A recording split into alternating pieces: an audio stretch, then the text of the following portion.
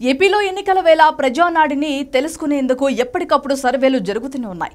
ప్రతి వారానికి ఒకసారి వివిధ పార్టీలు అంతర్గతంగా సర్వేలు చేయించుకుంటున్నాయి. తద్వారా వ్యూహాలతో ముందుకు వెళ్తున్నాయి. ఇటీవలే ప్రధాన పార్టీలు ఎన్నికల మేనిఫెస్టోను ప్రకటించిన సంగతి కూడా తెలిసిందే. ఈ పరిణామం తర్వాత జిల్లాలో ఎలాంటి అభిప్రాయాలు ఉన్నాయో కూడా మరో సర్వే చేపట్టారు.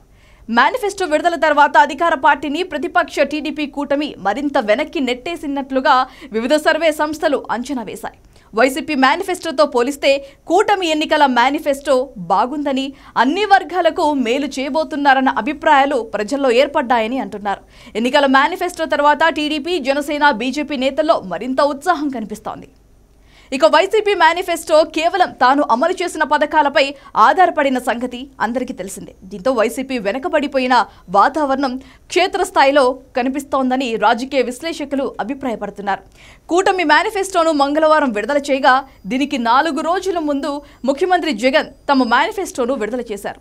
ఎన్నికల్లో గెలవటం తీవ్రమైన కష్టంగా మారడంతో వైసీపీ మేనిఫెస్టోలో పలానా పథకాలను కూడా జోడిస్తామంటూ వారు సామాజిక మాధ్యమాల్లో జోరుగా ప్రచారం చేసుకుంటున్నారు. కానీ అవేవీ పెట్టకుండానే జగన్ పాత మేనిఫెస్టోను విడుదల చేశారు.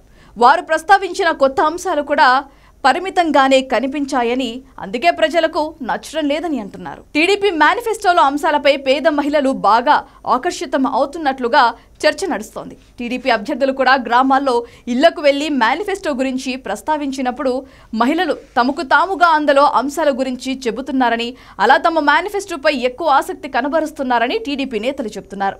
వైసీపీ మేనిఫెస్టో విడుదలైనప్పుడు ఇలాంటి స్పందనే లేదని చెబుతున్నారు. కూటమి మేనిఫెస్టో విడుదలయ్యాక కొన్ని సర్వే సంస్థలు దానిపై ఎప్పటికప్పుడు కొన్ని సర్వేలు చేశాయి. పేద మహిళలను కదిలించినప్పుడు ఉచిత వంట గ్యాస్ సిలిండర్లు, ఆర్టీసీ బస్సులో ఉచిత ప్రయాణం, మహిళలకు ప్రతి నెల 1500 హామీలను ఎక్కువ మంది ప్రస్తావించారని సర్వే నిపుణులు చెబుతున్నారు. కూటమి మేనిఫెస్టో విజయవంతం అయిందనడానికి ఇదే నిదర్శనమని అన్నారు. గ్రామాల్లో రైతులకు ఏటా 20,000 ఇస్తామన్న టీడీపీ కూటమి హామీ ఆకర్షణీయంగా కనిపించిందని సాక్షాత్తు వైసీపీ నేతలే అంటున్నారు.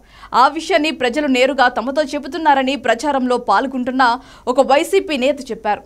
వివిధ వర్గాల నుంచి సానుకూల స్పందన వస్తుండటంతో తమ కూటమి మేనిఫెస్టో హిట్ అయినట్లే అని భావిస్తున్నారు. దీన్ని మరింత ఎక్కువగా ప్రజల్లోకి తీసుకువెళ్లాలని కూటమి నేతలు నిర్ణయించారు. ప్రభుత్వ ఉద్యోగాలు, రిటైర్డ్ ఉద్యోగాల గ్రూపుల్లోనూ దీని గురించి చర్చ జరిగినట్లు తెలుస్తోంది. స్కిల్ డెవలప్మెంట్, నిరుద్యోగ పరిశ్రమలకు కూడా చంద్రబాబు అధిక ప్రాధాన్యం ఇస్తున్నారు కాబట్టి యువత కూడా కూటమి వైపే మొగ్గు చూపుతున్నట్లుగా భావిస్తున్నారు.